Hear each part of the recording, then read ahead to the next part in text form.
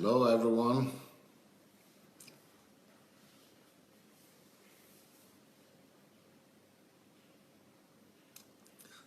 Good morning.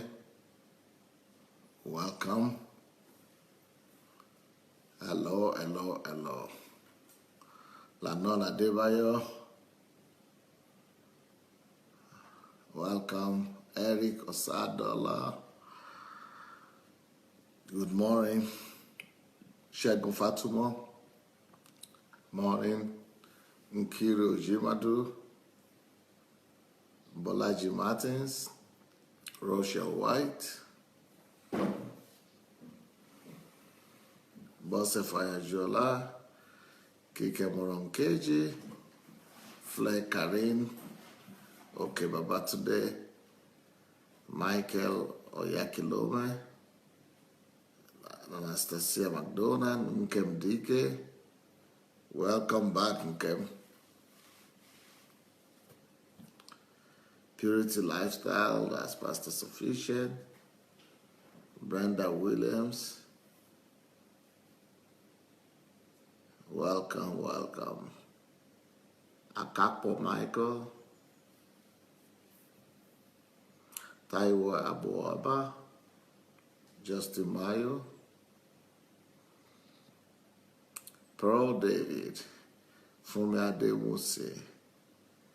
Paul Esupofo. Dorothy Tyler. Natalia Kalida.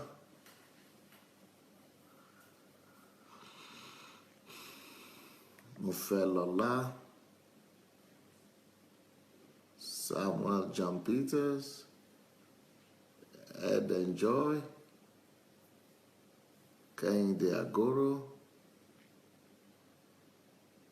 Adeola Disu, Masha Mark, Bola Luro, Ojola Pwe, Francie Lucero, Ola Martin, Rav Geraldine, Boma Benita, Ayo Adedayo, Afolabi Victor, She Sandra, Tibet Justice, Paul Awodele. Well, welcome everyone. It's another day, and this week, of course, you know that we started another series. And the series is on problems. It's on problems, our attitude and response to problems. And I would like you to go and share the link. Go share the link for this message as much as you can. Please write something on it as you are sharing it. Make sure you write some comments, some remark. Now, some people are saying, but how do we know what to write if we are just starting? But you are not just, if you are not here for the first time, you should know what to write. I'm sure you have some experience by now listening to Pastor Sandey, and so just tell them, write what you feel generally about listening to this man. What you feel generally about, about everything you've been listening to all the while, about how much you've been ministered to. So let's share the link and let's share our feelings about it. Let's share our feelings about these teachings, and let's invite our friends. Okay.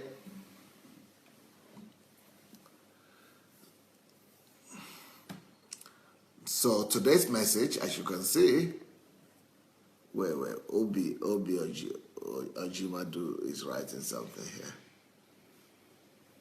Good morning, Pastor Sandey and everyone watching. Join us in thanking God as my wife and I. Yeah. Thank you for writing that. As my wife and I celebrate our 13th wedding anniversary. Appreciation to Pastor Sandey and his lovely wife, Pastor Bose, for grooming us and being an example for us. We are your fruits. We are fruits of Sandey Adelaja. FOSA. Wow, fruits of Sandey Adelaja. Okay, that's another That's another one right there. I've not seen that acronym before. Okay, FOSA. Okay, FOSA. Fruits of Sandey Adelaja. Amazing. All right. Well, congratulations, everybody. Let's congratulate Nkiru and her husband, Pastor Obi and Pastor Nkiru. Let's congratulate them for this wonderful anniversary that they are having. That's Pastor Obi and Pastor Nkiru Ojimadu. They are having their 13th wedding anniversary today. I love them to pieces. I love them. Great deal. They are wonderful people. One of the best people you ever come across. They are just a match made in heaven. A family, a marriage made in heaven. They are just individually, they are wonderful people, and then they are married, great couple too. It's wow. So congratulations, and they have three wonderful kids. Wonderful, wonderful. Well, have a lovely day today. Congratulations to you. Congratulations to you. And I see Abraham Great here. Pastor Abraham Great. Hi. He's also writing something. Let's see what he's writing.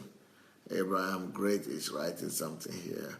Pastor Sandey, Only God Can Save Nigeria is a wow and wow book. It's a wow and wow book. It should be a textbook in schools all over Nigeria. Yeah, I think you are right. And maybe not just Nigeria, all over all the other countries where they will read them. So, well, this is the book. Only God Can Save Nigeria. But it's not just about Nigeria, it's about any country.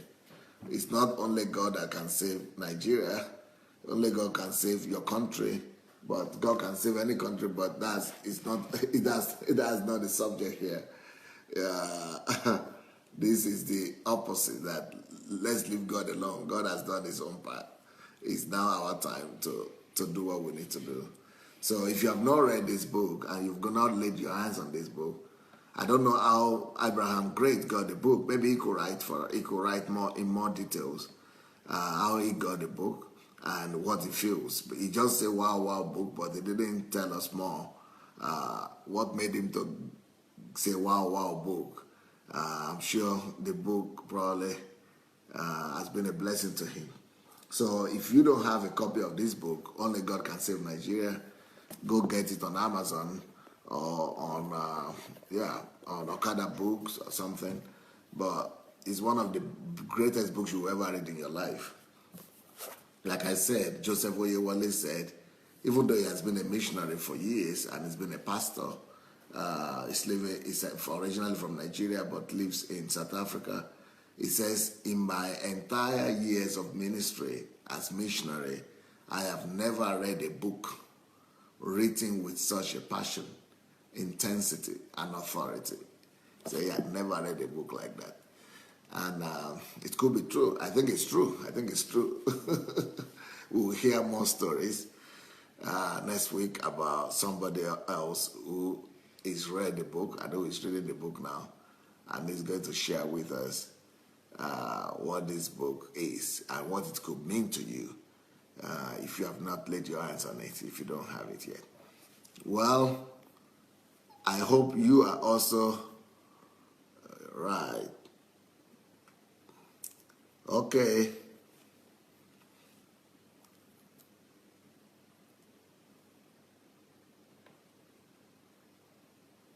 Wow, this is a good thing. Look what Pastor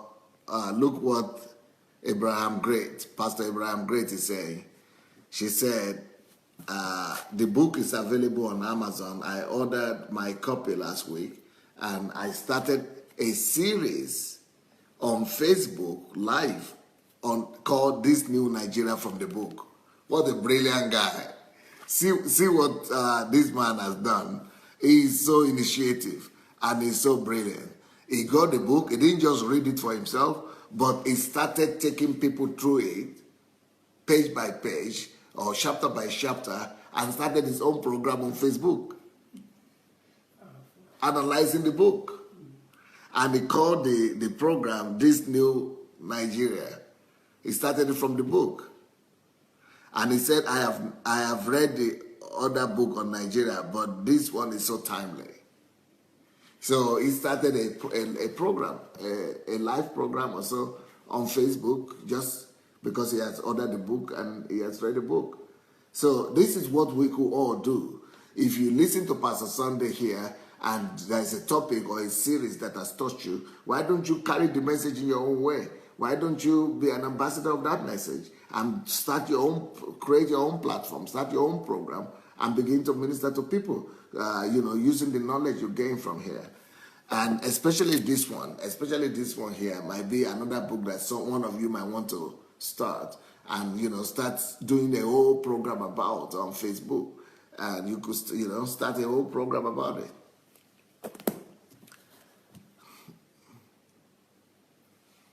Well, great. Thank you, Pastor Abraham. Great for sharing that with us. That was quite enlightening.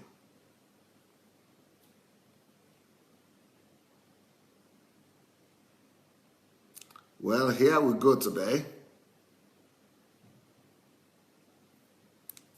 Okay, Ojo Lakwe also says, Ojo Lakwe Martins, Pastor, I am reading it for the second time. I'm reading it for the second time and writing my commentary. Powerful, life-changing. I agree with Pastor Abraham Gray that it should become a textbook in all African schools, not just Nigerian schools, in all African schools. Wow. Thank God, thank God. Well, more books to come from me. I expect more books from this angle that will be in this spirit.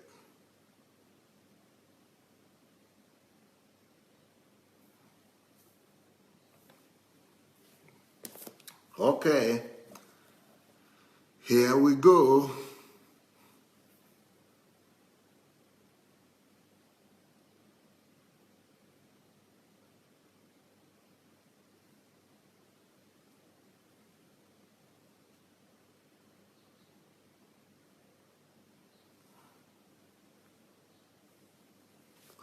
Okay, Pearl David is writing something. Fellow classmates, please look out for your friends that are currently online and share the link directly with them.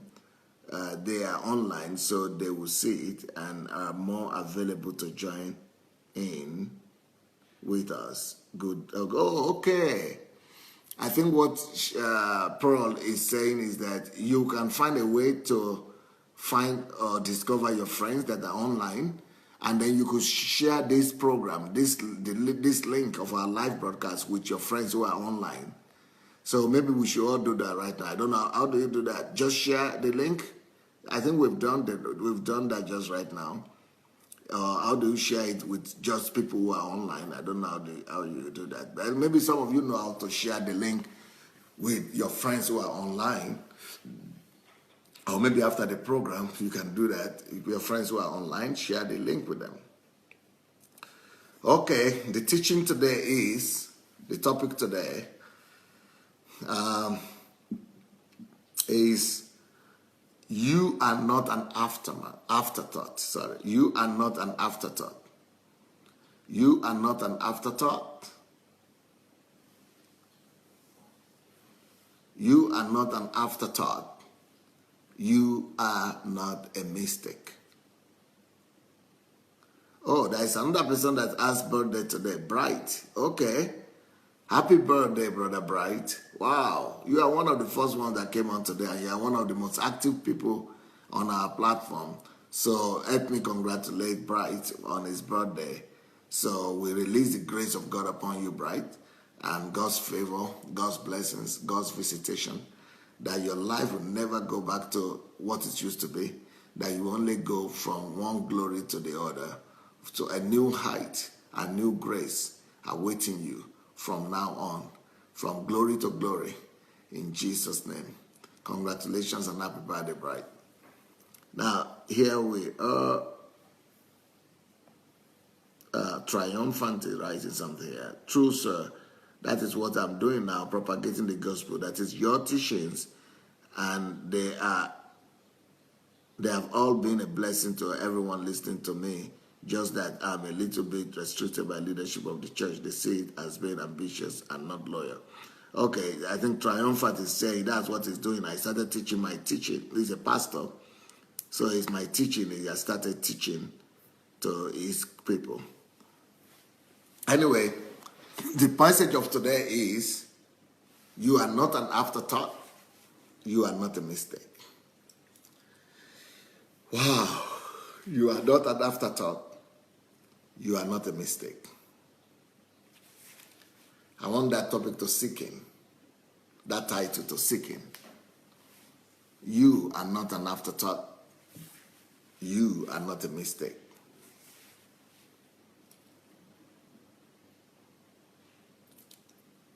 Do you know almost 80% of people on earth, one time or the other, have entertained the thought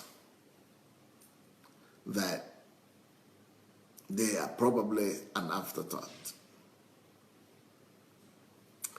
Almost everybody living on the surface of the earth have entertained that thought one time or the other.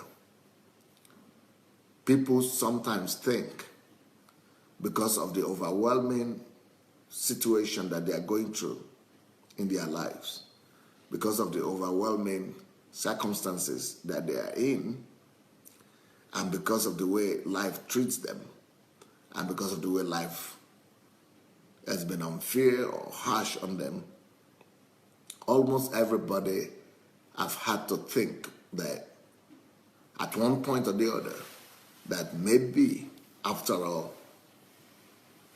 they are an afterthought. And they have had to think that it could be that they are a mistake. And things could happen in life that will leave you thinking that way.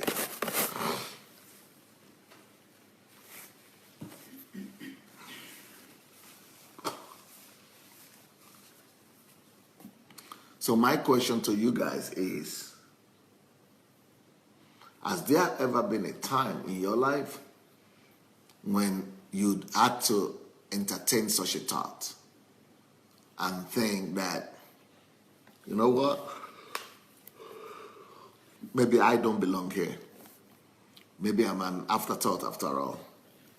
Has there been any time when you had to think like that?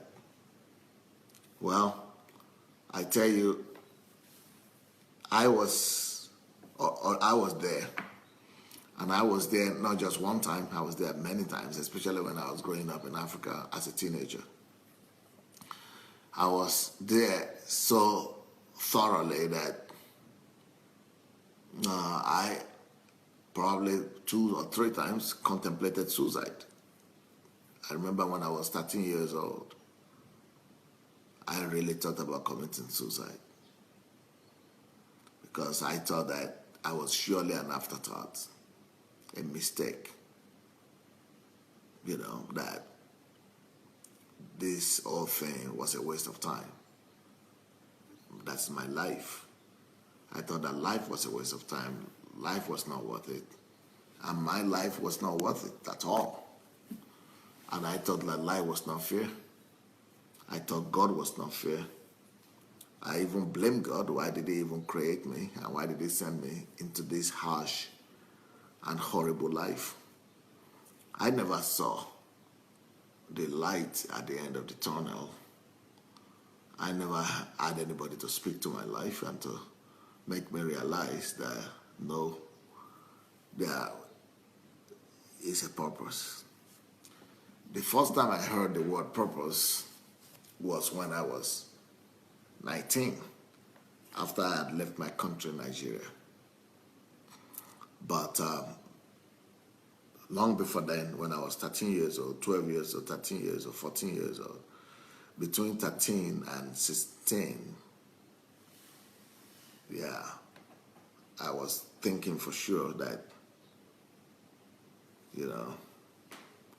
that I was a mistake. I was an aftermath.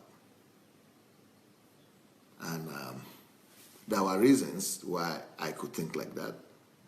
I never knew my father. I never had a father. So whenever they call us to school and they say,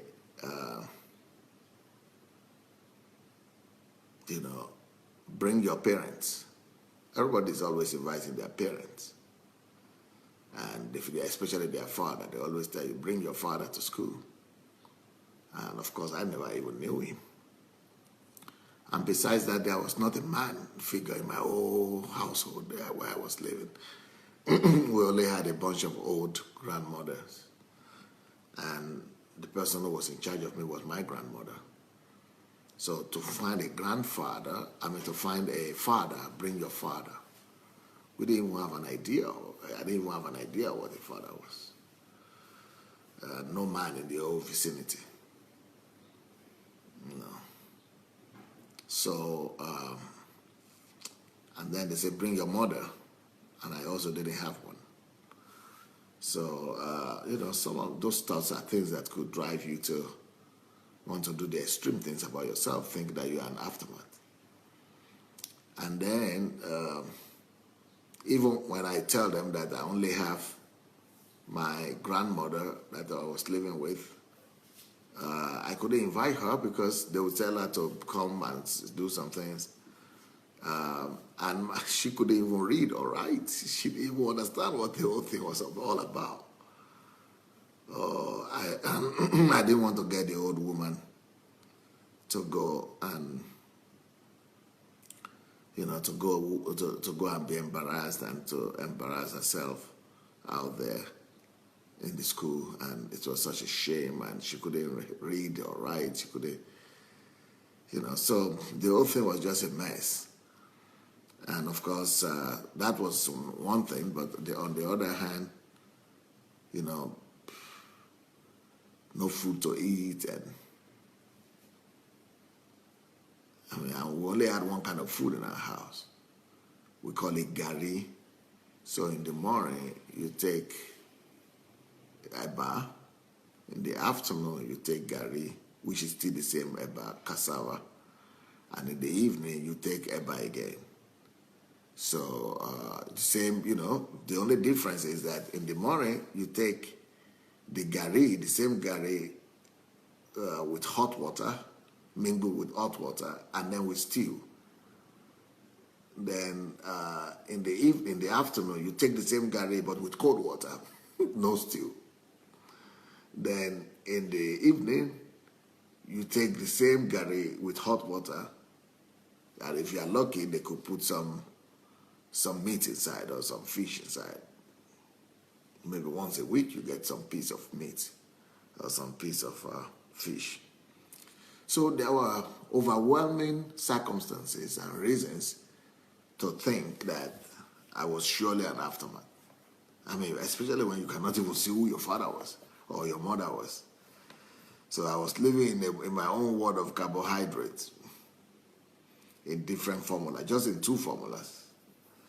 And so things were really, really very bad.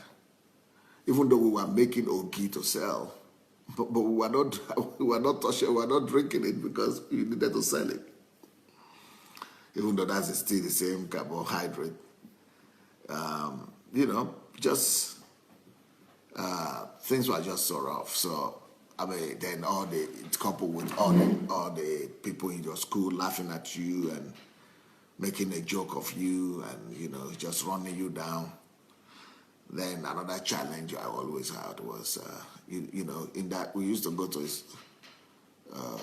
schools, a school where, it was all over Nigeria. You needed to have a uniform.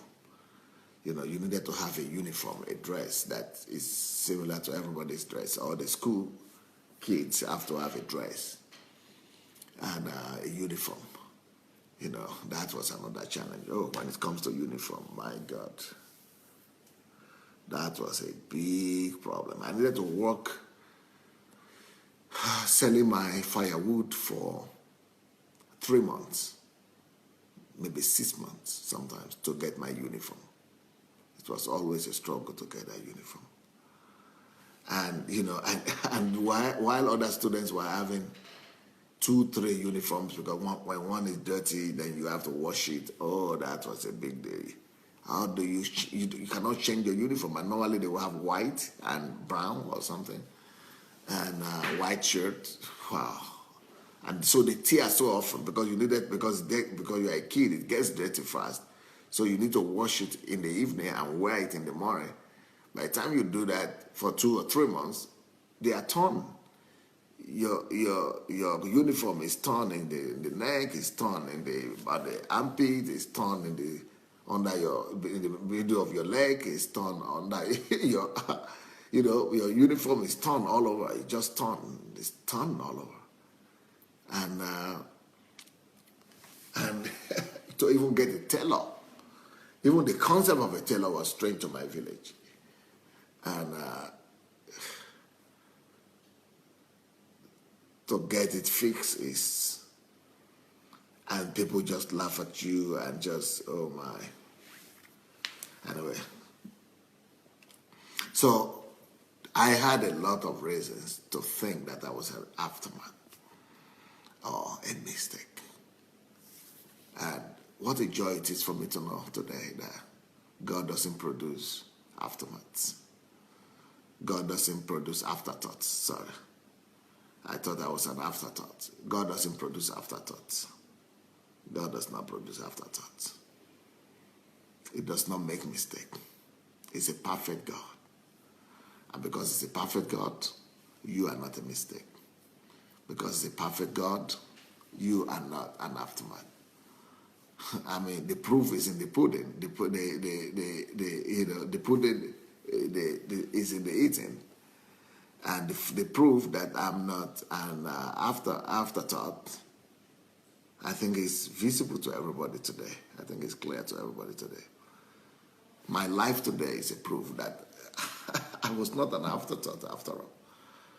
But if you had told me that like 30 years ago, no, maybe not 30 years ago, like 40 years ago, I would have thought, wow, that's just impossible. Nobody knows tomorrow. Nobody knows tomorrow.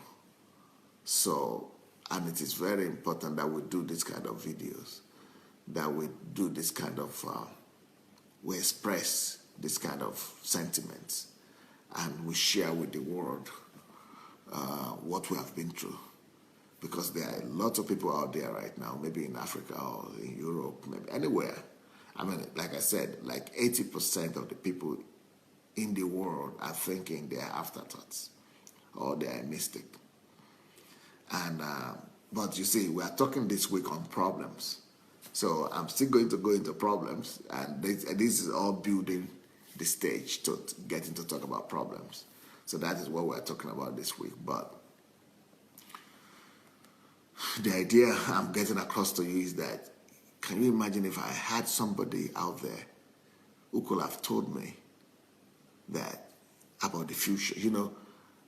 We spoke about the future when I was growing up, but it was kind of like the future only belonged to some certain people. It was like the future only belonged to people who had money. The kind of impression I had when I was growing up in my own environment is as if only some people could predict the future.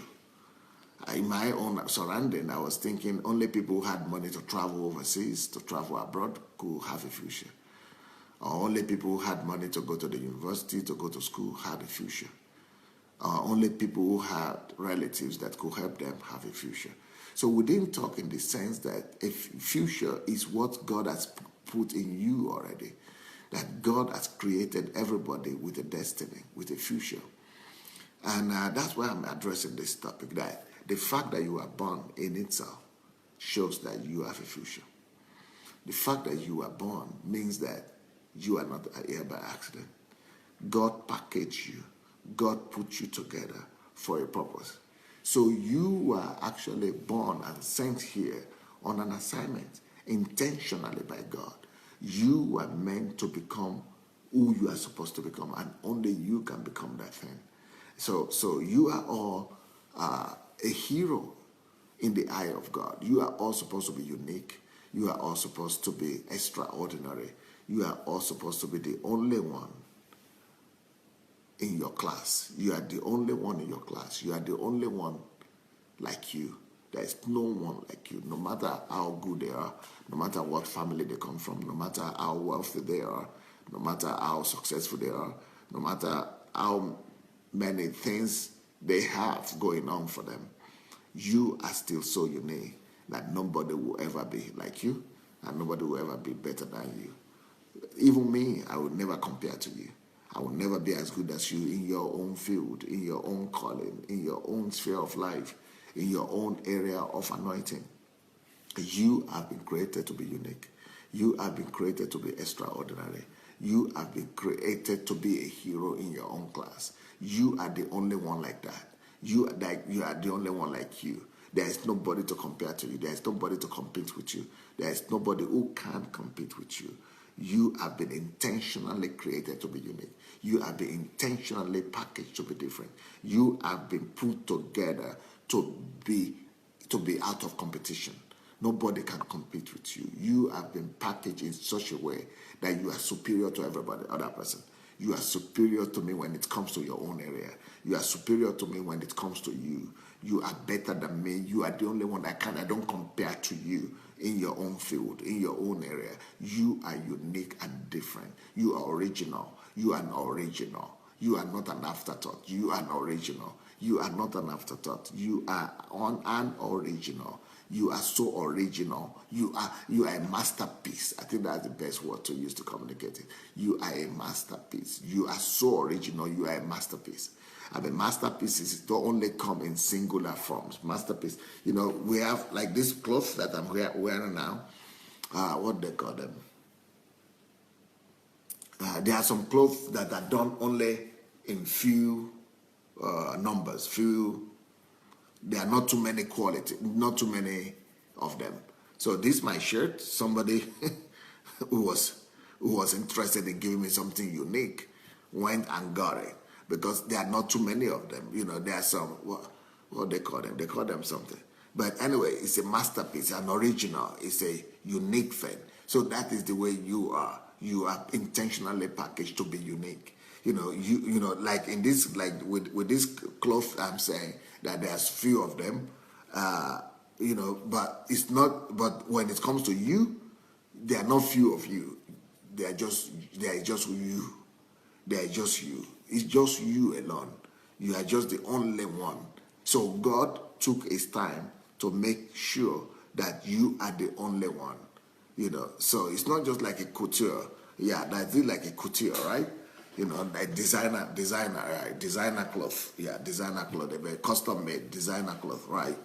So limited edition, you know, designer cloth. This is a designer cloth. But you are a designer cloth. You are not cloth. You are a designer made. You are designer made. And you are not just limited edition, but you are customized by God. You are a rarity. You are singular. You are a singular copy. So if you are a masterpiece like that you are singular, you are the only one made of your quality. You are the only one made like you are. You are the only one. No one like you. You are a masterpiece. Can you then be an afterthought? Afterthought cannot. A masterpiece can never be an afterthought. A masterpiece is always intentional. A masterpiece is originally designed. A masterpiece is thought over and thought upon, you know, original thoughts, original ideas. A masterpiece is always originally designed. A masterpiece is always specially organized, specially put together, specially structured, specially, you are specially made, specially programmed.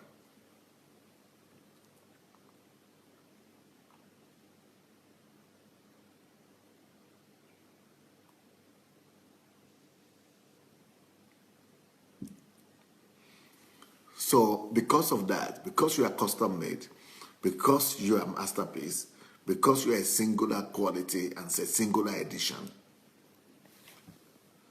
You are not a mistake. You are not an afterthought. You are not a mistake. It's impossible. You are uniquely and originally made. Now, why is that important? But things happen to you in life.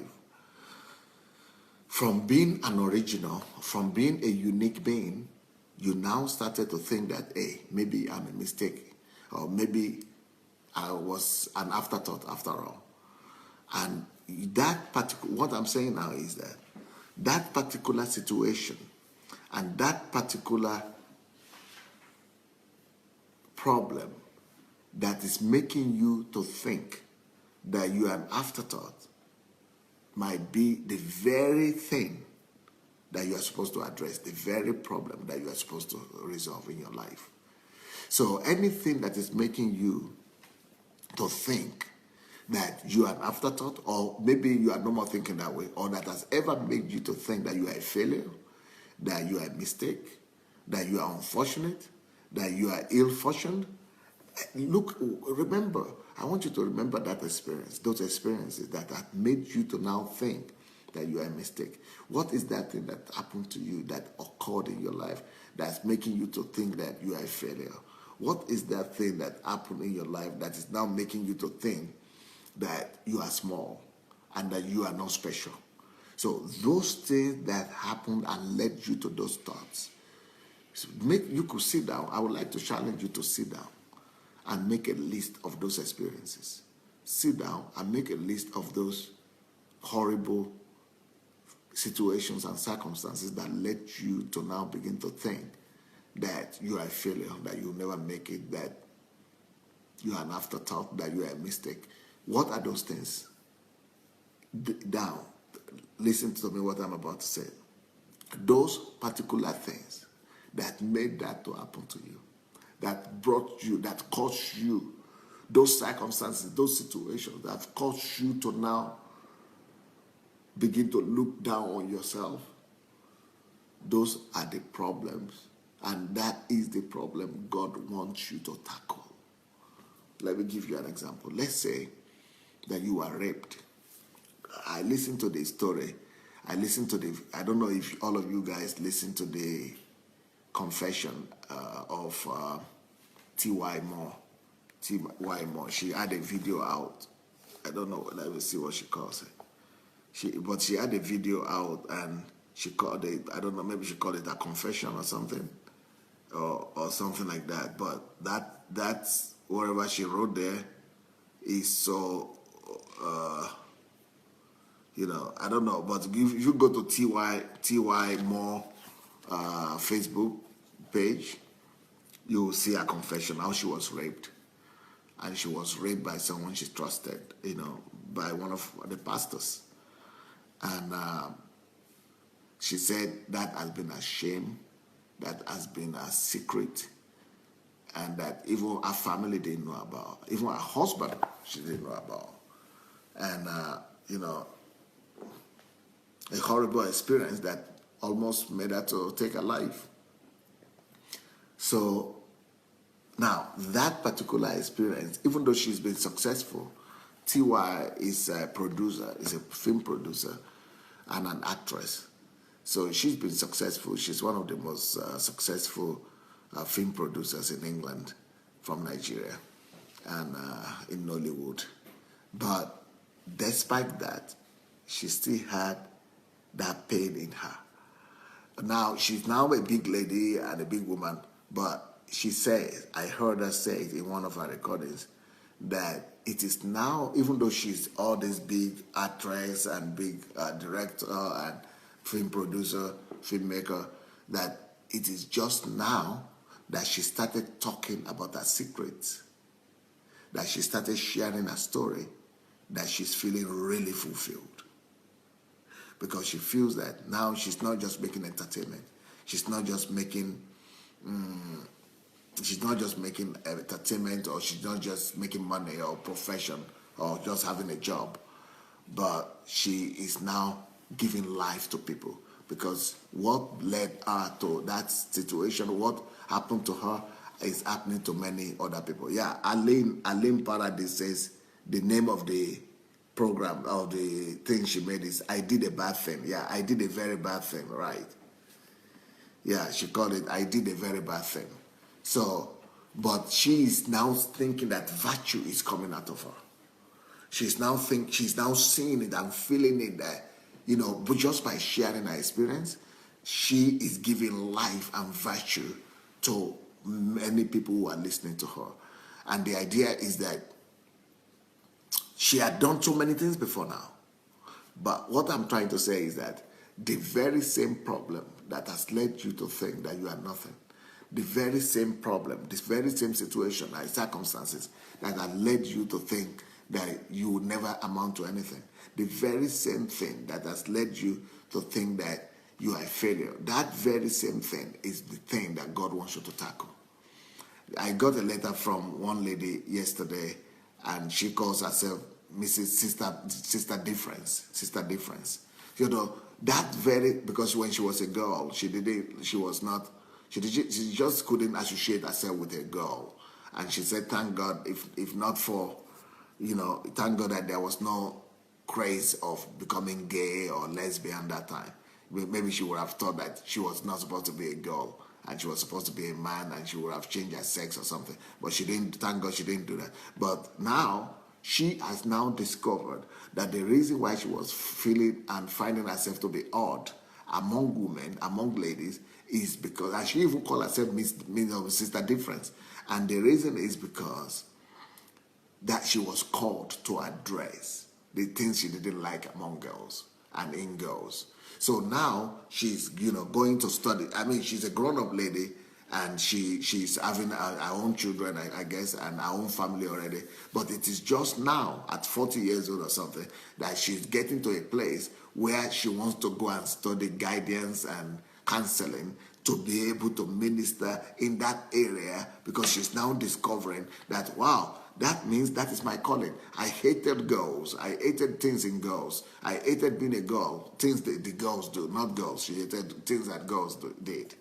And now she has now discovered that hatred, that place where her hatred was, that place where her dislike was, that place where, she had a special, rejection in, that is where our real calling is. That is where really our real calling and our destiny is. And now she wants to start a club for girls and for ladies, and she started it already, and she's becoming a life giver in that area. Now, what is the point I'm trying to make? The point I'm trying to make is this, that place where you got to, anything that ever pushed you to a place whereby you are now saying that you want to die, or you are an afterthought, or you are a mistake, that is the problem you're supposed to tackle. We were all created, packaged from heaven to resolve a problem, one problem or the other on the earth. And whatsoever that your situation is, maybe it's a way for God to get you to understand and to package you and to prepare you for the very thing that you are supposed to provide solution for. We are all created to provide solution. We are all created to bring answers. We are all created to resolve one problem or the other on the earth. And but the path to get into that problem will be different. The path to get into that problem will be diverse. So God will prepare you in different ways. Like, for example, now I am so happy I never had a father. I am so glad I never had a father or a mother, because thanks to that, I was able to discover all that in God. It's easy for me to relate to God as my father. It's easy for me to relate to God as my mother. It's easy for me to love on God. But it's also easy for me to give love to people who don't have fathers and who don't have. It's easy for me to become a father. I want to become a father to women. I want to be a father to girls. I want to be a father to men. I want to be a father to families. I want to be a father as a pastor. I want to be a father. I want to be a father to people. I want to be a father because I know what it means to be without a father.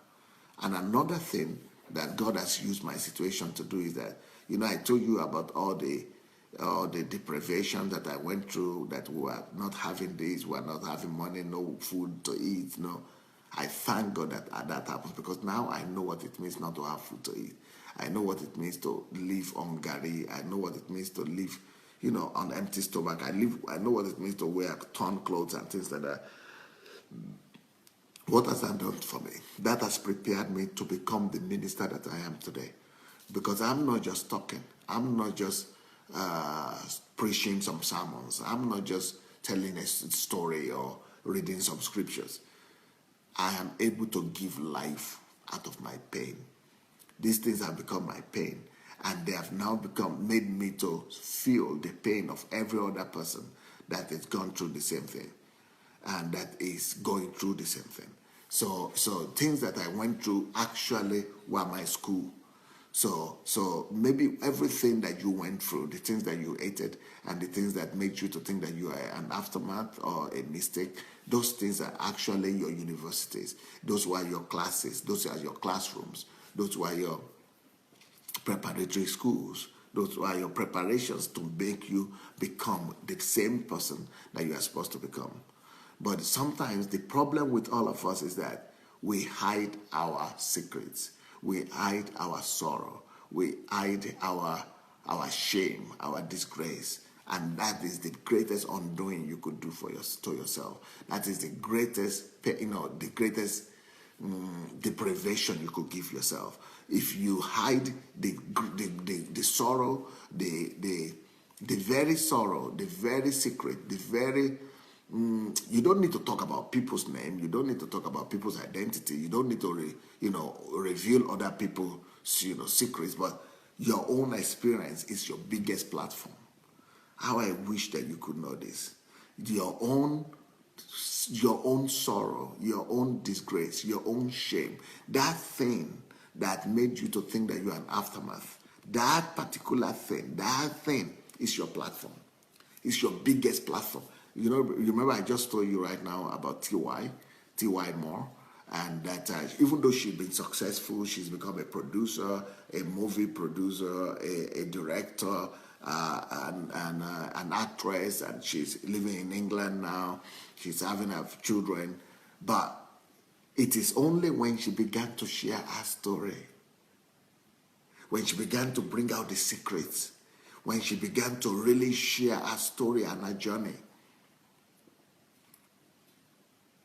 that she started experiencing fulfillment.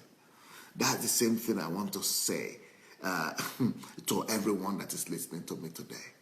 What is that thing? Please make a list of those experiences, those things that you think are your shame, those things that you think that were your disgrace, those things that you think that were your... look at... I don't know if anybody read the book of Nkiru Ojimadu. She's having an anniversary today. But if you have not read the book of Nkiru Ojimadu, please write her down. It doesn't have to be video. But like Nkiru, for example, she is doing videos as well. But she's not telling too many stories about her personal life, which is maybe she doesn't have the release to do that, right? But so a video is not as popular. A video is not as hot as a book is. A book where she's talking about a girl, but she's not talking about herself in that book, but she's talking about a girl that she knows very well. But that book, because it's carrying story of a life, a real life story, that a book is going to live for generations. That a book is going to outlive her. So it's through that book that she's going to be immortalized. She's immortalizing herself through documenting her sorrow. Because that is the biggest platform God has given to her. That is the platform. God knows how to equip all of us. God knows how to equip us. And God is equipping us through what we go through. God allows some of those things that we pass through them to equip us to become. Some of us think that the only area of equipment for us to become who we need to become in life is our schools, colleges, and universities. But those are artificial, man-made system of equipping. But, schools don't know what you have gone through. Schools, universities, and colleges, they are not experiences. They are just knowledge. So knowledge is nothing compared to experience. The greatest thing that you have in you are your experiences. There is nothing compared to experience. What you have experienced are the greatest lessons that you have. They are your greatest revelations. It is only the thing that you have gone through, the thing that you have experienced. It's the thing that you have experienced that will really become your platform. Okay, yesterday is saying, Awolese Shore Mekun Awolese is saying that she also has her own story on her wall as well. Yeah, that is your platform. It could be in form of a book. It could be in form of a training, a coach, or life coach. It could be in form of a video program. It could be in form of a live program like I'm doing now. It could be in form of, it could be like what TY has done. TY says, even our movies and our films have not given her so much acclaim like what she started doing just a few weeks ago. So our stories have made her, and some people might say, oh, but I was not raped, oh, I was not rejected, oh, I didn't live in poverty. You have bad stories, but I don't have bad stories to tell. But you went through something. Maybe you went through good stories. Maybe you were brought up in a good house, in a good family. Why don't you turn that to your platform? Maybe you had good parents. Turn that to your platform. People need good parents in this world today. Everybody needs good parents. Maybe you have good experiences in life. Why don't you write that as the thing that other people should strive towards? It doesn't have to be something bad. But I don't know if you people have been noticing the stories that I bring to you every weekend. Every Saturday and Sunday in the evening, I have testimonies. Go listen to them. Because those stories is coming from people's sorrow. Those stories are coming from people's pain. Those stories are coming from people's shame. It is only somebody that had an experience that has a message. If you have not experienced something, you don't really have a message, really. Let me tell you that. You don't have a message until you have experienced something. You need to go through something. And those things that you have gone through, God knows why. And it is your own school. Every single one of your experiences, everything that you went through when you were growing up, everything that you went through when you were a kid, everything that you went through when you were an adult, everything that you went through when you were a teenager, when you were a young adult, in marriage, with your husband, all those things that you went through and you have gone through, they were your schooling. They were your schooling. They were your university. They were your colleges. So your college doesn't have to be in the classroom that is man-made. It is life classroom that is the greatest college. Life's classroom that is the greatest university. Life's classroom that is the greatest certificate. So, but now you are wasting that by not sharing them. You are wasting that by not addressing them. But you've gone through the pain already. You have already gone through the pain. You have already gone through the sorrow. Why should you waste it? And God made you to go through those things so that you'll be able to use them as solution for other people. You see, like I said, you are a masterpiece. So your own experience will be totally different from any other person's experience. There is no way no matter how similar those experiences look like, no matter how similar those situations and circumstances look like, your own experience is your own experience. Your own experience is unique. Your own experience is only exceptional to you. So that your experience is your foundation. That your experience is your own uniqueness that you must now take and use it to be a solution provider to all the young people, all the people that must have experienced similar things in your life. In their lives. Or so that it might be something that you need to release so that other people will not experience that. So you need to build your life around your school, your experiences, the things that you have gone through. You need to, so if maybe you need to go to school now to get a diploma to validate and certify you to be able to use your experience and turn into your platform. You have a platform for greatness already.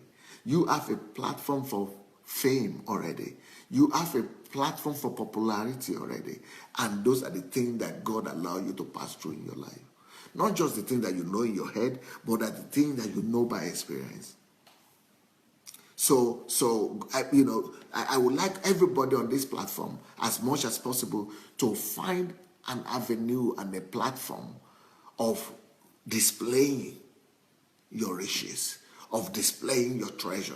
It could be video, it could be Facebook, like what I'm doing now. It could be live program, it could be recorded program, it could be YouTube, it could be articles, it could be blog, it could be books, it could be brochures, it could be lectures, it could be life coaching experience, it could be seminars. But the idea is, don't let your experience be wasted. Those are the very same things that God allows you to go through so that you will save the world from pain, so that you will save the world from sorrow. If you have gone through the sorrow, the idea is that nobody should repeat that sorrow. If you have gone through the pain, the idea is that no other person should go through that pain, or anybody who have gone through it must now come out just like you have come out. If you have come out of any situation or circumstances, your other people must come out as well. So all your education should now be how to build that platform, how to certify yourself, how to get a degree around that idea and around that experience, how to promote that experience, how to propagate that idea. So if you are going to be studying in colleges or universities, you should only be studying on how to get recognized, get certified, and how to get promotion, and how to get yourself marketed to the world. So everyone, even if you are doing self-education, you should be doing self-education around how to become better, how to know this subject better, how to become better specialists, how to become a better speaker, how to add value to yourself, to make yourself better, to give yourself, better platform, better avenue to reach out to people. Then you have to study, do self-education on how to promote yourself, how to sell yourself, how to make yourself popular, how to build a bridge between yourself and the people, how to make people to listen to you, how to popularize it. Don't just wait that God will make it happen. God will popularize it. God will not popularize it for you. Study to know how to popularize your experience. Study to know how to advertise yourself. Don't just say Holy Spirit will advertise. No, you have to advertise yourself by yourself. So get a hold of your and improve your skills. If you don't know how to speak, improve your skills to write. If you don't know, if you want to speak, improve your speech to, your skill to speak, and come out with all those things. Like I said, everything that made you to regret something, turn it, which must become your platform. Everything that makes you to feel some sense of loss, pain, and things like that, they must become you must turn them to your platform. So that's why I call this message today. Even though this whole week and this whole series about problems, but I'm approaching problem in the practical sense of it, that everything that has made you to think that you are a mistake and that you are by accident and afterthought, every one of those they are a way God is trying to tell you that those are the things you are supposed to confront, and those are the things that you are supposed to deal with. You are unique, and you are uniquely packaged by God through those experiences, through those pains, through those sorrows, or through those blessings that you have. And now those things now must become your platform through which you are discovering who you are, and you are ministering life to other people.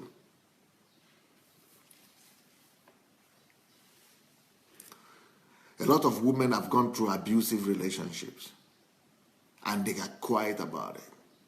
Well, maybe you don't need to talk about the man or the individual, that you don't need to put other people on the hotspot, but you need to go out and turn them to your to your platform.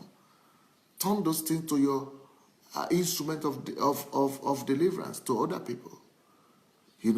Begin to talk about these things and set people free.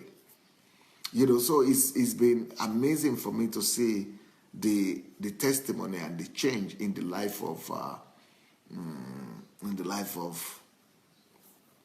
TY, for example.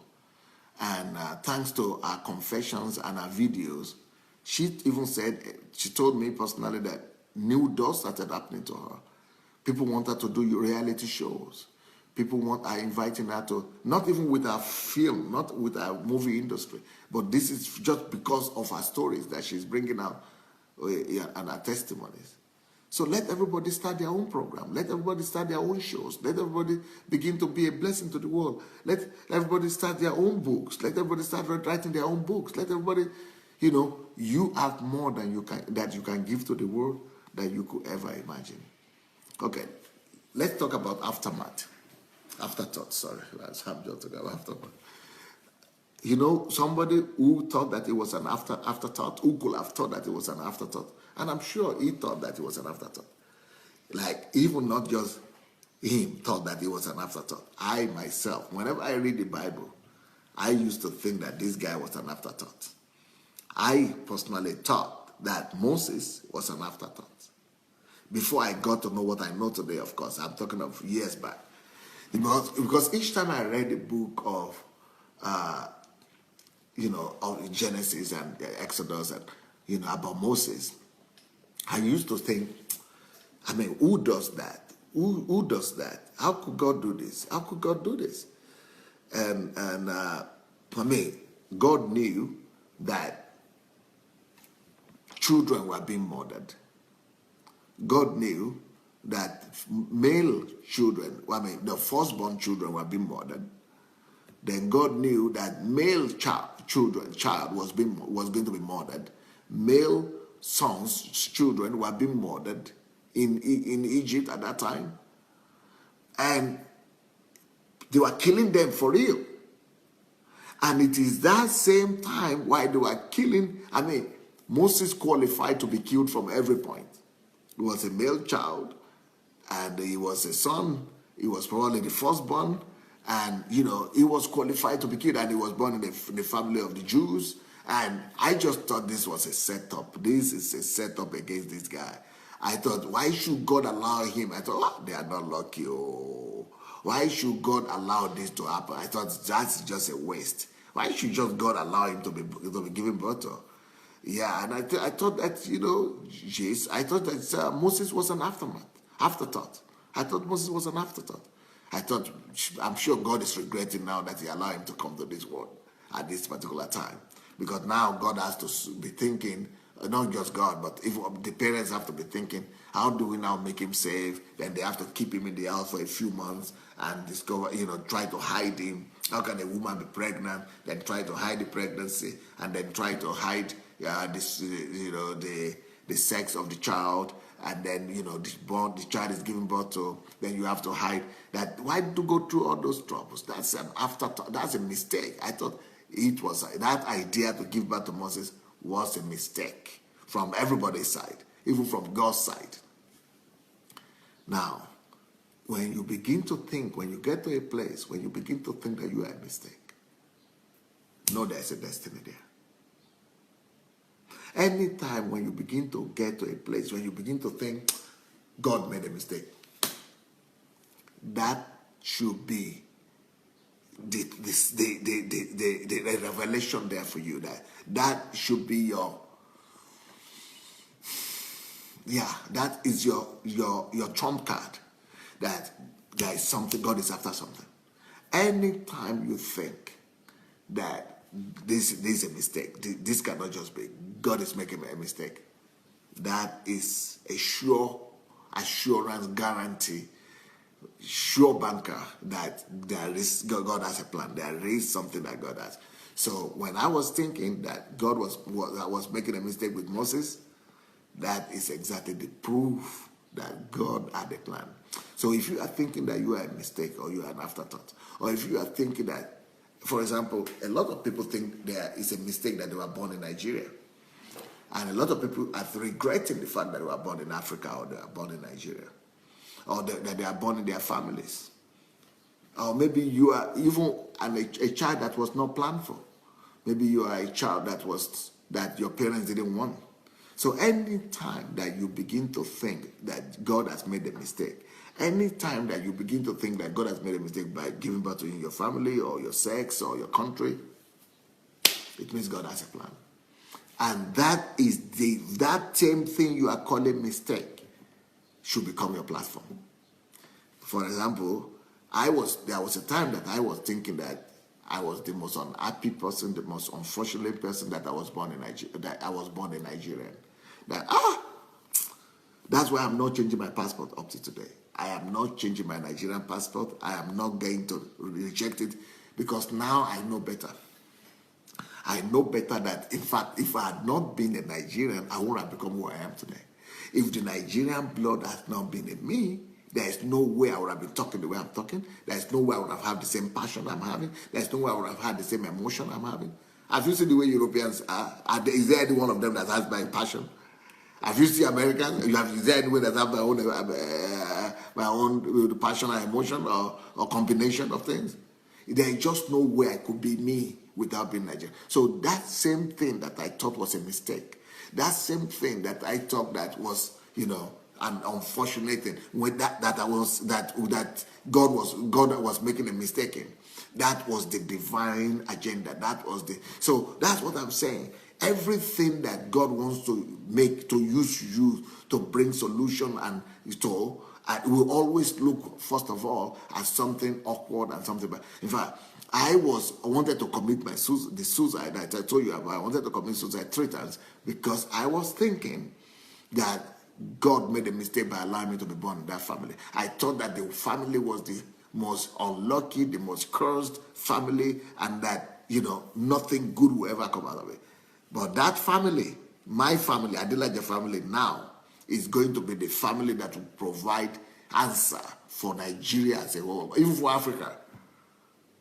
That same family that I despised, I wanted to even commit suicide because of. So anything that is making you to think that you are an afterthought, anything that is making you to think that you are a mistake, anything that's making you to think that you are a regret or secret or anything like that, that's your platform. Everything must be turned into the platform for the glory of God. That is the area where God wants to show forth His glory. So in the case of Moses, I was thinking, each time I read the book of Moses, I was always feeling bad for him. I was, my God, for the family, for the mother. Now, who feels bad about Moses? Everybody wants to be like Moses. God, every area of your experience should not be wasted. God is taking you through a school. Every one of your experiences should not be wasted. God is taking you through your own university, through your own classroom, through your own college. God is equipping you for the very same thing that He is calling you to do for Him. God equipped you. God is getting you ready for you to be able to resolve the problem that He wants you to resolve on the earth. Every one of us was sent here, was created to resolve a problem. Everything created is resolving a problem. Everything created is resolving a problem. Your eyes are resolving problems. Your eyes are given to you to resolve problems. Your nose is resolving a problem. Your mouth is resolving a problem. Your hands are resolving problems. Your ears are resolving a problem. Your skin is solving a problem. Your ear is solving a problem. Your legs are solving problems. Your hands are solving problems. Everything created in life, all your experiences are supposed to be used to solve one problem or the other. All my experiences, you are supposed to package. All your experiences, you are supposed to package them and utilize them and promote them, market them, and use them to solve a problem. All your experiences should be solving a problem. Any experience you ever, no matter how bad it is, no matter how horrible that experience is, that experience should be turned around to be solving a problem. Everything in this world is supposed to be solving a problem. My cup is solving a problem. The water I'm drinking is what's solving a problem. This sulfate is solving a problem. My handkerchief is solving a problem. My computer is solving a problem. Everything created, anything available in this life is supposed to be solving a problem. All your experiences, all your pain are supposed to become a solution and be a platform to solve problem for the world, for the humanity, for yourself, for God, for, everything Moses went through became his platform to solve problem, for to fulfill purpose. So we are all supposed to fulfill purpose. So you are not an aftermath. All those things that are making you to think that you are an afterthought, they are all meant to be turned into instruments of solution. And all those things that are making you to think that you are a mistake, all of them are not a mistake. None of them is a mistake. They are all meant to become your platform of solution to the world.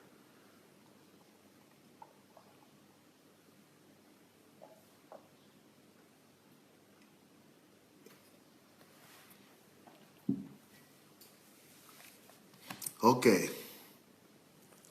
So I've spoken about TY today, but I think she's not here. And I've spoken about Nkiro Jimadu. She was here at the beginning, but I think she missed out on what I spoke about her.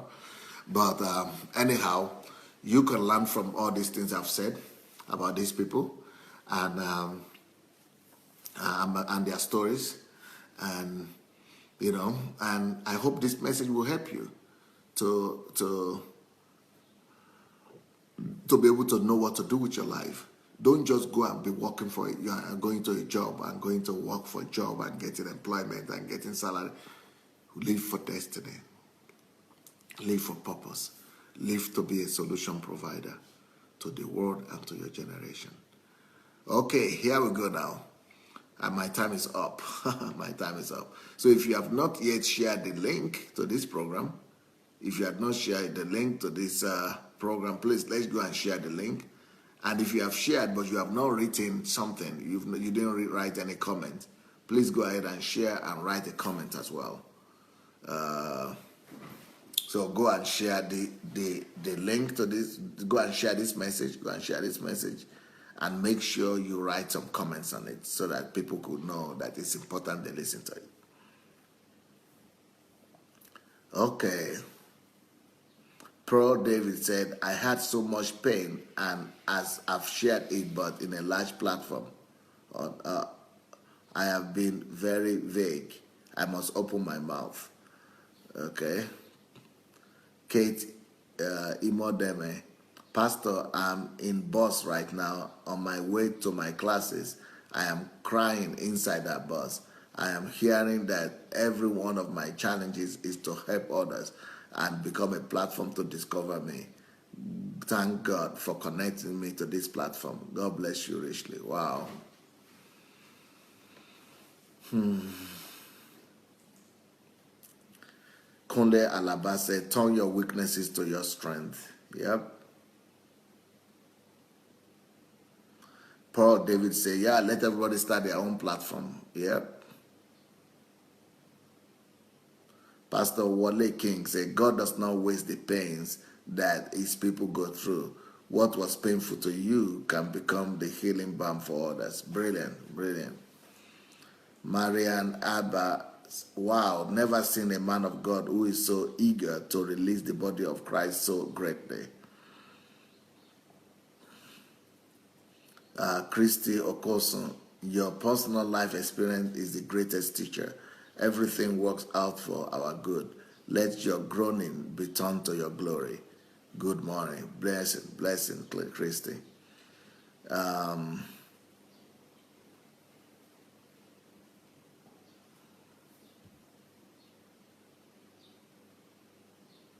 Kemi Onodikwe, that's Pastor Kemi Onodikwe said, that personal and unique experience cannot be copied. That's so true.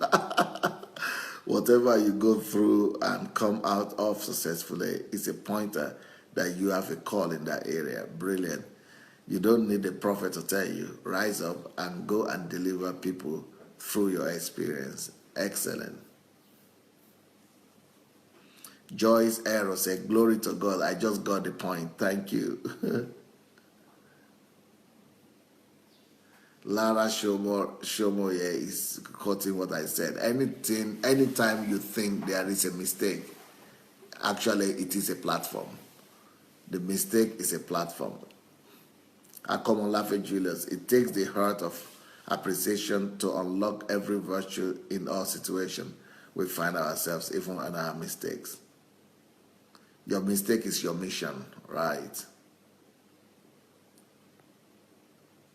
Yetunde say, bam, preach it, babame, love you like I must make heaven, sir.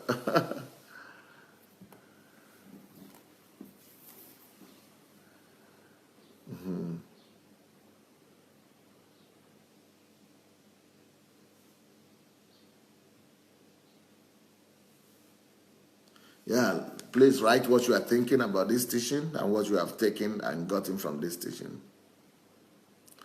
Yeah, there is another, if you people have read the book of Layo as well, Layo Charles Emmanuel, that is another book that, that she has been able to turn to a platform. I don't know, many of you read the book of Layo, right? And the husband. Yeah, that is another books that, that they have taken advantage of their past and have turned them to a great story. Paul David said, Mistake University. Yeah. Or Experience University. University of Experience. University of Mistakes. I am so happy now. I made so many mistakes because my platform is unlimited, uncontainable, unstoppable. And I'm the only one equipped to undo and fulfill it. Yeah, because nobody has asked your experience. You are the only one who had that experience in the whole wide world. Nobody. So, you are unique. You are uniquely set up to be able to be a unique minister that you are supposed to be.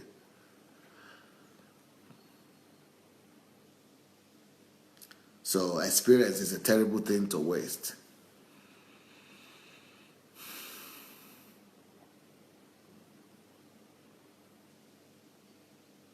Okay. Ola Martin says, thank you, you did not kill, thank God you did not kill yourself. Now you are imparting our lives, right? With your teaching and turning life around. Lord, I thank you that I am not an afterthought. God bless you, sir. Mabel Ambuge said, thank God for your words. Pastor, thanks for this great teaching as always in this platform. Kathy Austin Ogunleye says, with the comfort we have received, we may now be able to comfort others. That's so true. Mark Wong says, I did HMT training with Pastor Derek in Canada, and this was one of the keys that I learned. Still in the process of healing, but I know my pains will be blessing for some people sometime. Brilliant, brilliant.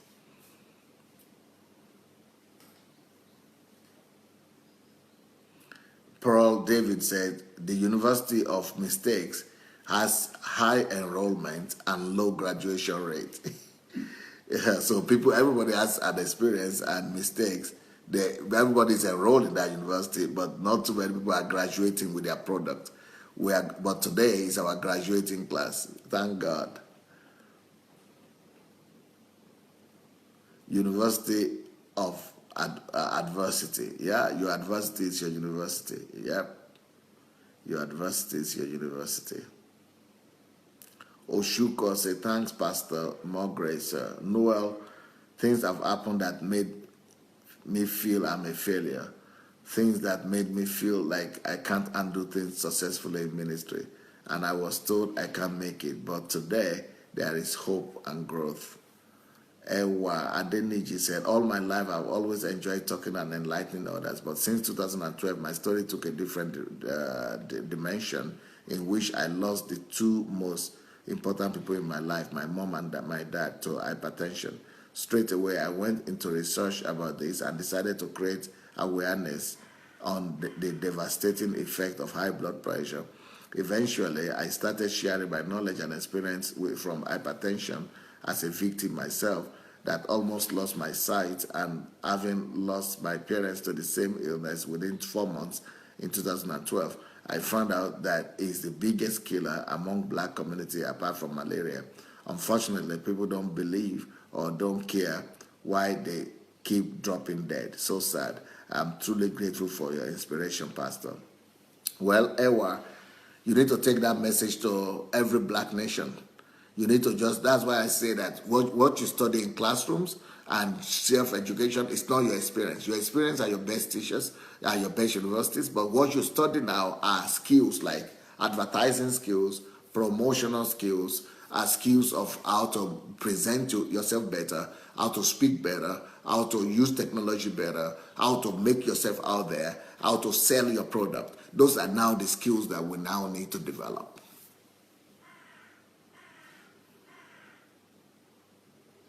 Steve Osarete said, thank you, Pastor, for this message. Can one share an experience you have not overcome? Yeah. Of course, if you are still struggling with it, it's even better. You can share it and let people know every process of the day. That's even much better. Because when you have overcome it and you are sharing it, there's a pride there. There's an arrogance there. But when you are still struggling with it, that is even makes more people to believe you more. Jumbo, Pastor, I now know that my life lessons and experiences are my life transforming platform because there won't be a copyright. Thanks, sir, for this message. Glory said, thank you so much, Pastor. Today's teaching was an eye-opener and a wake-up call for me. Kunle Alaba said, experience truly is the best teacher. Christina, you are polishing me, Pastor, and soon the diamond will be released. Amen. Great. Yesterday said, Dr. Adelaja, you have given my life a new meaning. Now I know that my background cannot put my back to the ground. Amen. But it's my platform for me to rise to help others. Yeah, I think every one of you should start I've encouraged you to go and do video to invite people to this platform, but you must start your own platform too. So think about what you could do best. Either speaking, either doing like I'm doing now, or writing books, or doing coaching or training. Find a way to express your gifting and your uniqueness. I'm a perfect sum of my experiences. Yeah. Shashal, another arrow straight to our hearts, pierced to live for purpose. When I am recovered, I will take action and use my past to minister to others. Thank you. Kathy, I have gone through some challenges in the past and I received comfort from God. And I know God uses our past to give people hope and comfort. Pro says, response to your testimony, Pastor, you went from grass to grace and you make it look effortless. More anointing and revelation, sir. Thank you, bro. Sandra said, the mistakes and experience I made are my platform. Thank you, sir, for being a blessing to us, for bringing out the best in us. God bless you, sir. Opayemi Helen said, thank you very much, sir. God bless you for this powerful message. Triumphant says, sir, I just took delivery of about 5 of your books yesterday and prayed to God to impart me the grace upon your life to deliver maximally coupled with listening to you daily and your blog. You will soon be reading the testimony of your impact on my life. Thank you, sir. Your son, follower, and protege, Triumphant. What a name, Triumphant.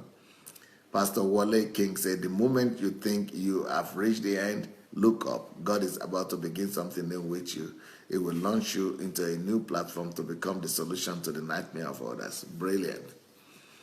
Ifeoma said, thank you so much, sir. You are a blessing to the world.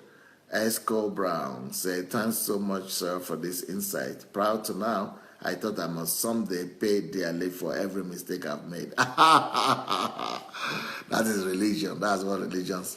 But now I know better. Darlene Madu said, I need to discuss with you. You are a great teacher, and I know you can help me. Yeah, you need to write to me. Write to pastor, just pastor at godembassy.org. Pastor at godembassy.org. Pastor at godembassy.org.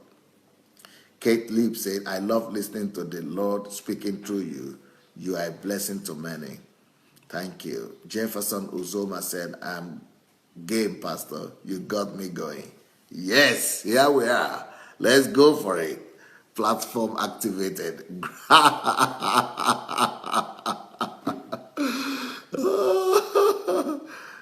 Great. Ewa Adeniji said, you are a beautiful person with a great heart and an amazing mentor. Thank you for your shared blessings. Well, thank you so much, everybody. Our time, of course, is overspent. And I will be happy to see you tonight. God bless. Bye.